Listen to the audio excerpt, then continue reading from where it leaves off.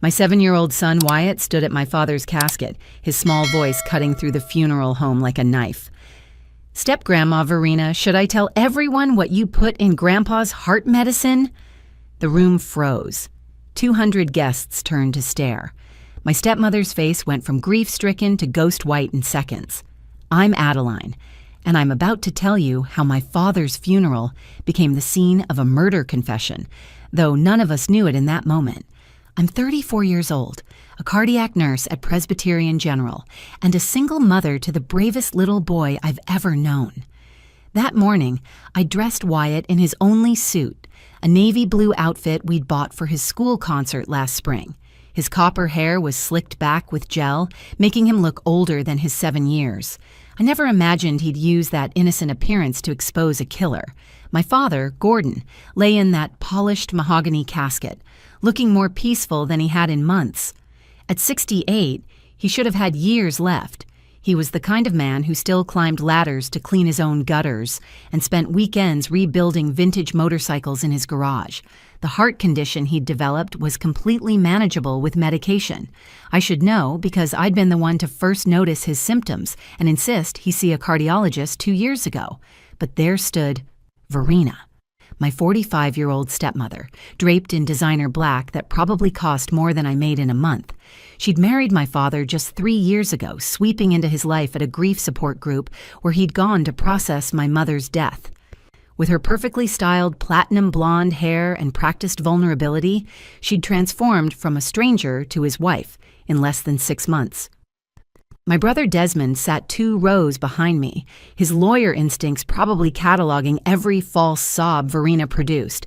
At 36, Desmond had our father's sharp analytical mind and our mother's stubborn streak. His wife Naomi kept a protective hand on his shoulder, knowing how close he'd been to Dad before Verena started limiting our visits.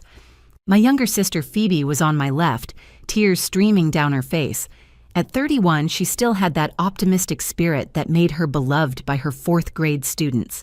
She'd tried harder than any of us to maintain a relationship with Dad after Verena took control, sending cards and letters, even when her calls went unanswered.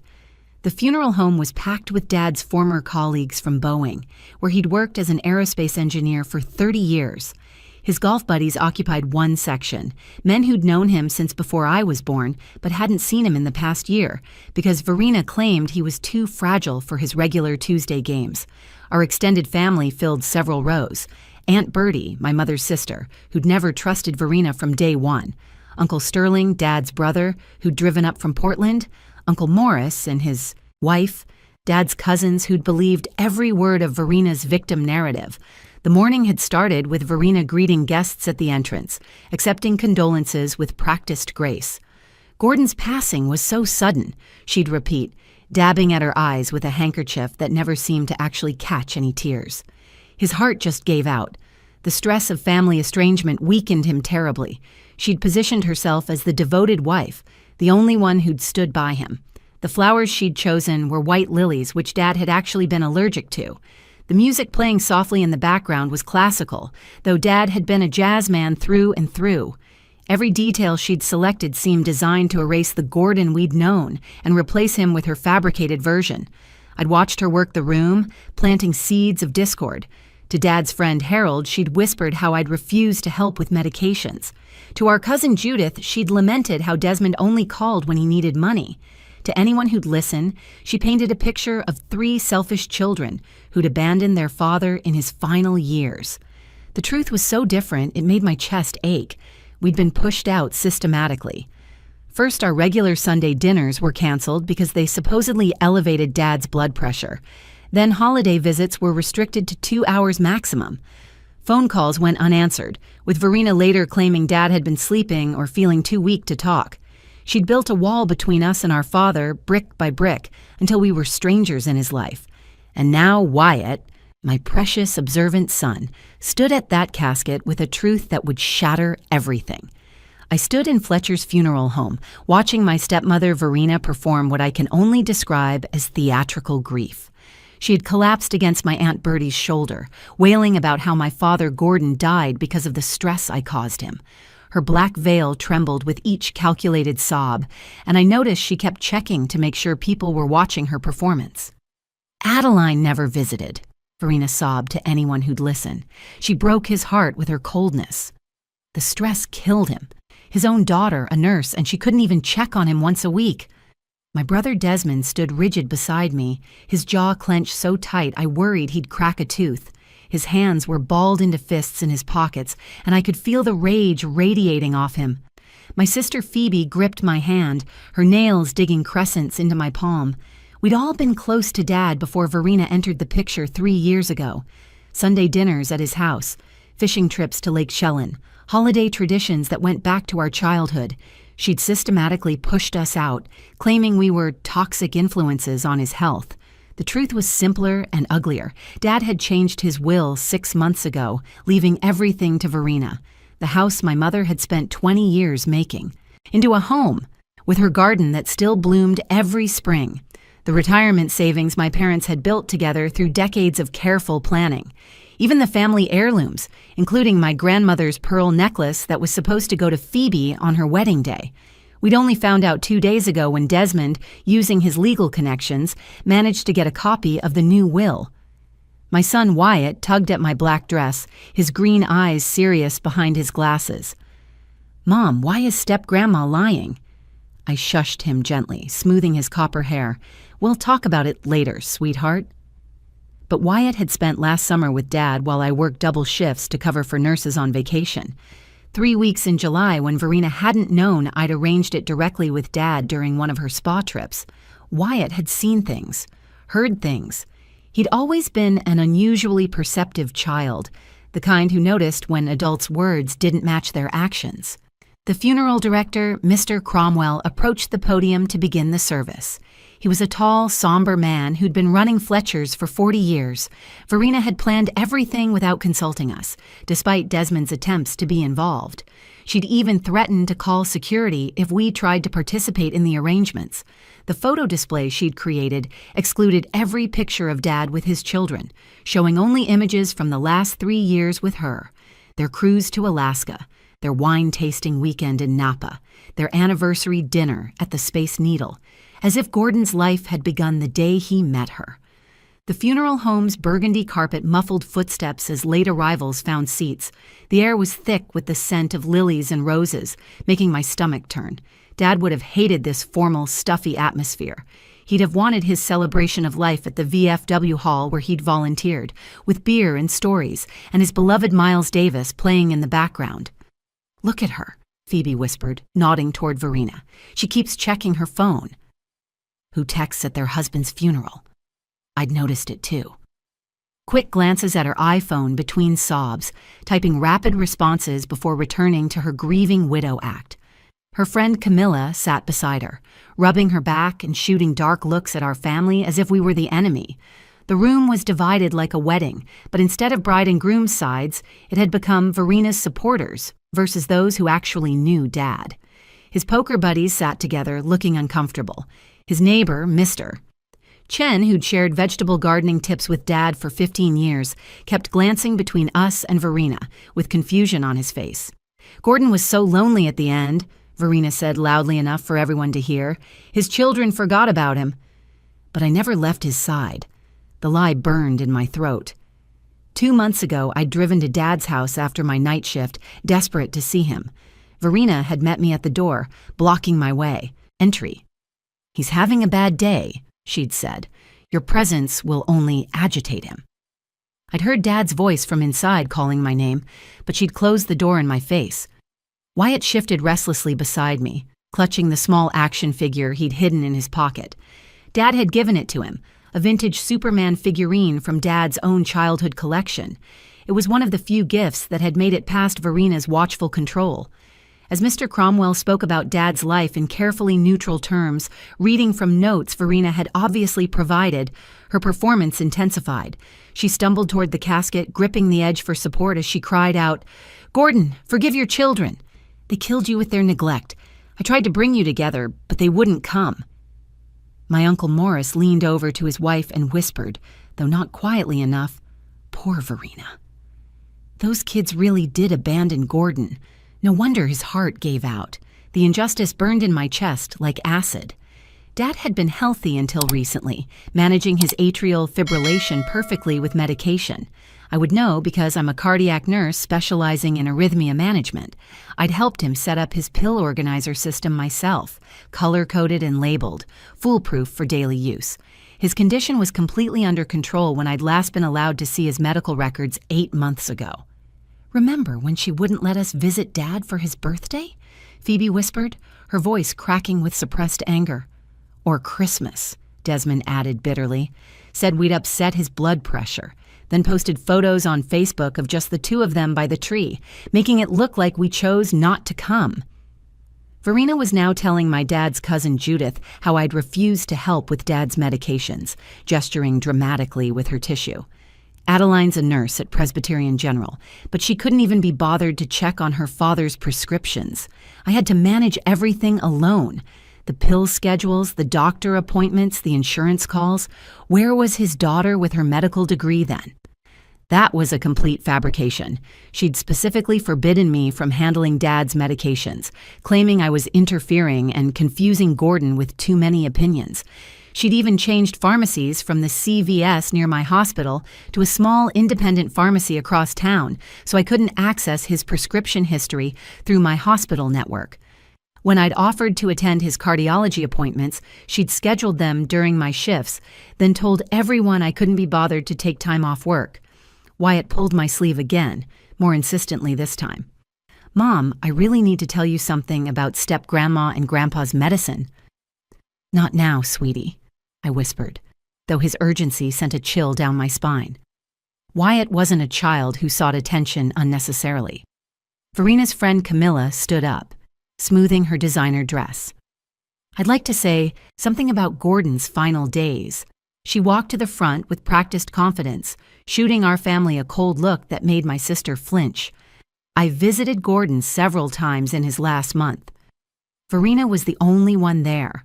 While his children lived their busy lives, pursuing their careers and social calendars, she held his hand through every doctor's appointment, every sleepless night, every moment of pain." Desmond's wife, Naomi, grabbed his arm to keep him seated as he started to rise. I could see the muscle in his jaw working, the way it had since we were kids when he was trying not to explode. "That's not true," Wyatt said, louder this time, causing several people nearby to turn and look. Camilla continued, her voice dripping with false sympathy. "Verena gave up her career, her social life, everything to care for a man whose children couldn't spare an hour a week. She loved him when his own family wouldn't." The narrative was being cemented with every word, every sympathetic nod from the audience.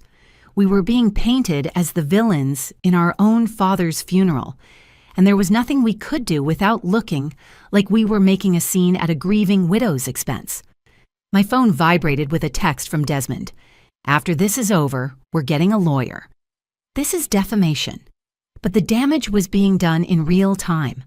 I could see Dad's former colleagues exchanging glances, reevaluating everything they thought they knew about Gordon's children. Mrs. Henderson from Dad's church was shaking her head sadly at us. The story was taking root. 3 selfish children who'd abandoned their father to die alone, except for his devoted second wife. "Grandpa tried to call Mom 27 times last month," Wyatt announced suddenly, his voice carrying across a break in Camilla's speech. "I saw his phone when I visited." Step-grandma deleted the calls from the log, but I know how to check the phone company records. Grandpa showed me. Verena's head snapped toward us, her tear-stained face suddenly sharp with attention. The child is confused. Children make up stories when they're grieving. Perhaps Adeline should take him outside for some air. But something had shifted in the room. People were looking at Wyatt now, really looking at him, and then at Verena, with the first hints of uncertainty. Father's brother, Uncle Sterling, approached the microphone next. He adjusted his glasses and pulled out a folded paper from his jacket pocket. "I remember when Gordon first introduced us to Verena. He was like a teenager in love, calling me at all hours to talk about this wonderful woman he'd met. She brought light back into his life after Margaret passed, My mother, Margaret, had died 5 years ago from pancreatic cancer. Dad met Verena at a grief support group held at the Riverside Community Center, or so she claimed. Desmond had discovered through his investigator that she'd attended multiple support groups across 3 counties, always targeting recent widowers with substantial assets. She'd been married twice before, both elderly men who died within 2 years of marriage, leaving her everything. Uncle Sterling continued reading from his prepared notes. Verena gave Gordon a reason to smile again. She cared for him with such devotion that we, his family, should be grateful she was there, when apparently no one else could be. The word stung because Uncle Sterling had tried to visit Dad just last month. Verena had turned him away at the door, claiming Dad was too ill for visitors. She told Sterling that Dad didn't even recognize people anymore, though I knew from a neighbor that Dad had been seen working in his garage that same afternoon. Verena stood up, wobbling dramatically as if overcome with grief. She made her way to the podium, gripping it for support. "I just want to say," she began, her voice cracking with practiced precision. Gordon's last words were about forgiveness.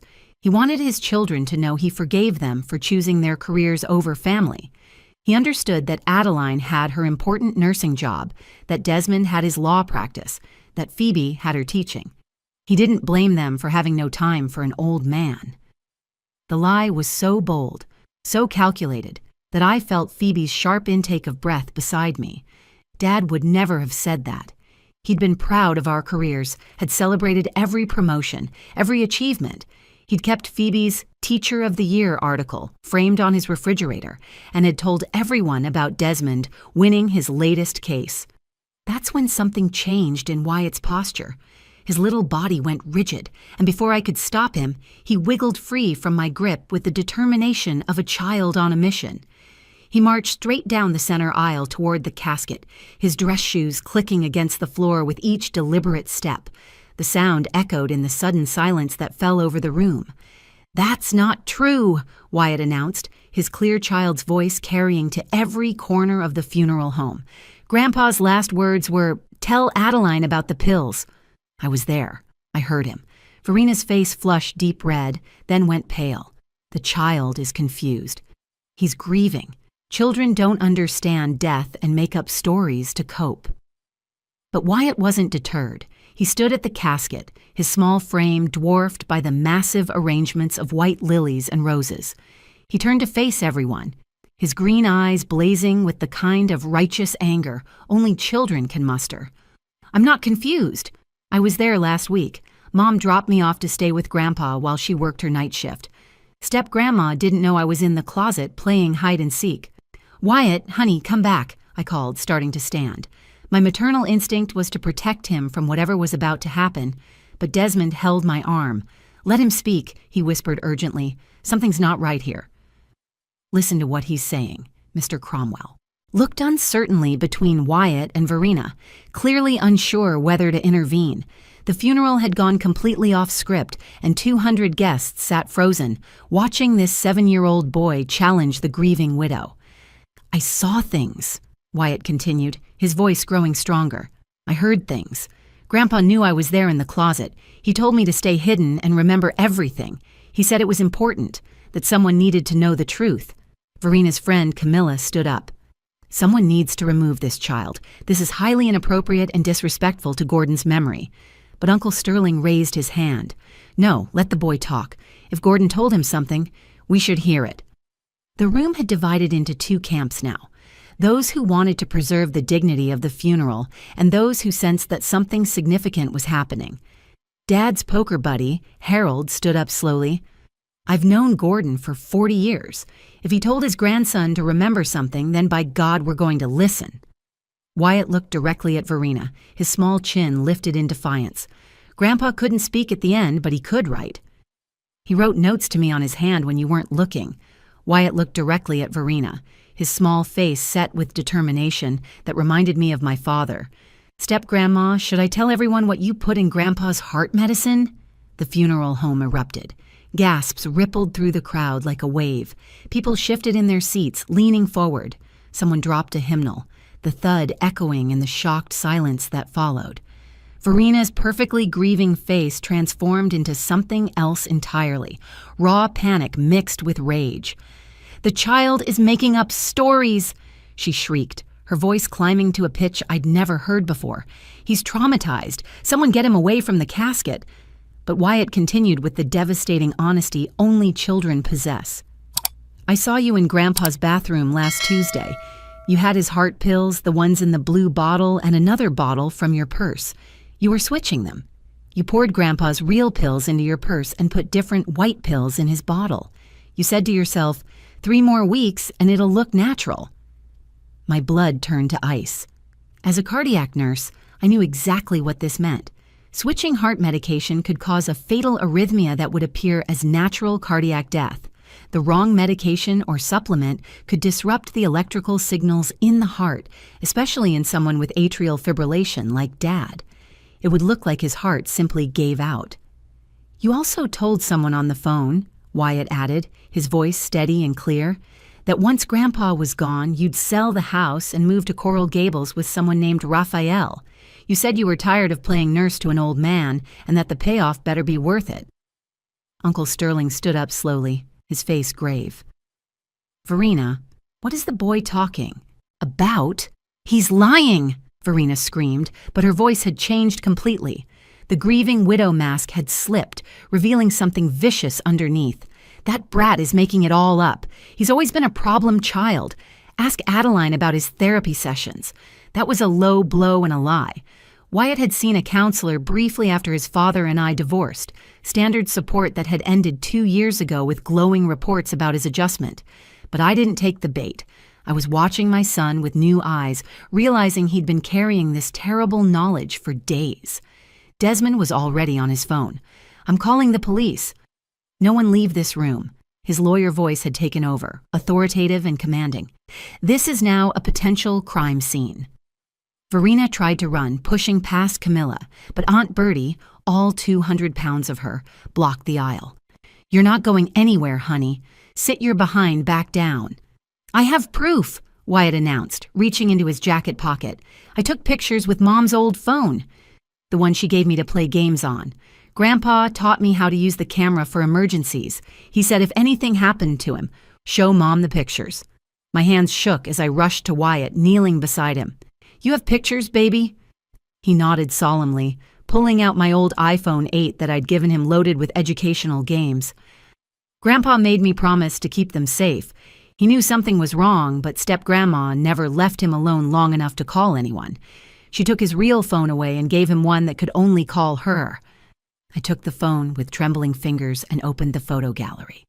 There they were, slightly blurry, but clear enough. Verina in Dad's bathroom, holding 2 pill bottles. Another photo showed her pouring pills into a Ziploc bag. The timestamp read, Tuesday, July 18th, 2:47 p.m., 5 days before Dad died. "There's a video, too," Wyatt said quietly. "Grandpa told me to record when she was on the phone." I played it, and Verina's voice filled the silent funeral home through the phone's speaker. "Raphael, I can't keep doing this much longer.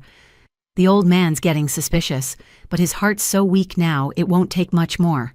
The insurance pays out double for accidental death, and with the house and his savings, we're looking at $3 million, maybe more." Detective Harwell arrived within minutes, followed by 2 uniformed officers. She took the phone from my shaking hands, her expression growing more serious as she scrolled through the evidence.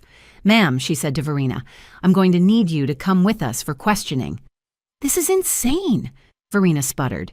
"You can't believe a child's made-up stories and some probably doctored photos." But Dad's lawyer, Mr. Brennan, stood up from the back row. "Actually, Gordon called me last week. Said he needed to discuss something urgent about his will but couldn't talk freely. We were supposed to meet Monday, but he died Sunday night." The police arrested Verina right there in Fletcher's funeral home.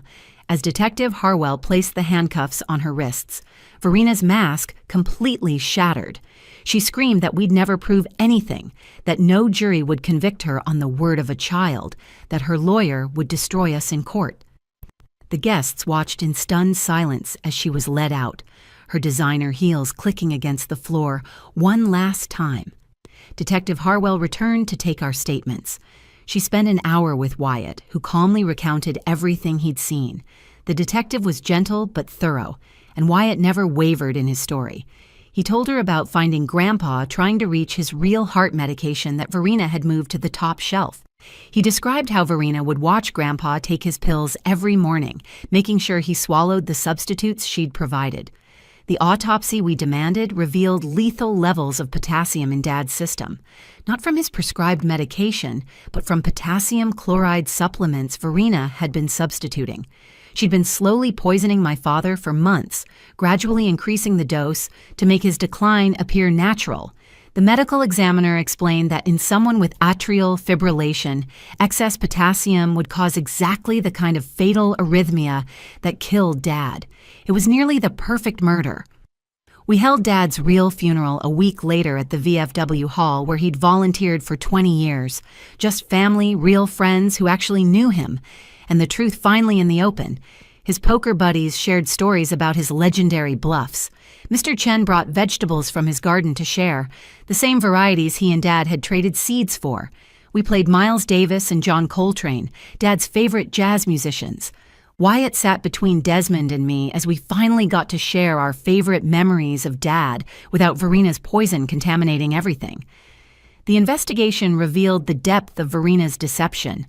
Raphael turned out to be her boyfriend from Miami, someone she'd been with even before meeting my father. They'd done this before. 3 times, actually. 3 elderly men with heart conditions, all dead within 2 years of marriage, all leaving everything to Verena. They'd planned this together, targeting wealthy widowers through grief support groups across the country. They had a system. Verena would isolate the men from their families, take control of their medications, and slowly poison them while playing the devoted wife. The will was voided due to undue influence and murder. Dad's original will, leaving everything equally to his children, was reinstated. But more importantly, we got justice for our father. The house went back to being the home Mom and Dad had built together. We found all the family photos Verena had hidden in the attic, years of memories she'd tried to erase. Phoebe got grandmother's pearl necklace. Desmond took Dad's tools and vintage motorcycle. I kept his jazz collection and his engineering notebooks filled with designs and ideas.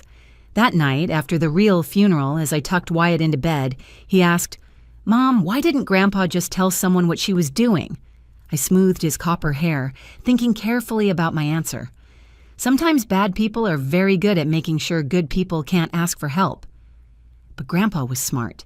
He knew you were brave enough to do what he couldn't. He told me I was his secret superhero, Wyatt said sleepily, clutching the Superman figurine Dad had given him. "You are, baby. You saved your grandpa's honor and got him justice. Not all heroes wear capes. Sometimes they wear their Sunday best and speak truth when everyone else is believing lies." 6 months later, Verena was sentenced to life in prison without parole. Raphael got 25 years as an accomplice. During the trial, 2 other families came forward with suspicions about their father's deaths. The investigation expanded to 3 states. Verena and Raphael had killed at least 5 men using the same method, stealing over $8 million in inheritance. But in that funeral home, when my 7-year-old son stood up against a room full of adults who'd already written our family off as heartless, I learned something vital. Truth doesn't need to shout to be heard. Sometimes it just needs one small, brave voice willing to speak when it matters most. Wyatt had inherited more than his grandfather's copper hair and green eyes. He'd inherited his courage and his unwavering sense of right and wrong. Dad would have been so proud of his grandson. I know I am. Every night I thank God that Dad had the foresight to teach Wyatt about the emergency phone and that my brave little boy had the courage to use it when it mattered most. If you found this story compelling, please like this video and share it with others who might need to hear it. Your comments mean everything to us, so let us know your thoughts below. And don't forget to subscribe to our channel for more powerful true stories that remind us that justice can come from the most unexpected places. Thank you for listening to our story.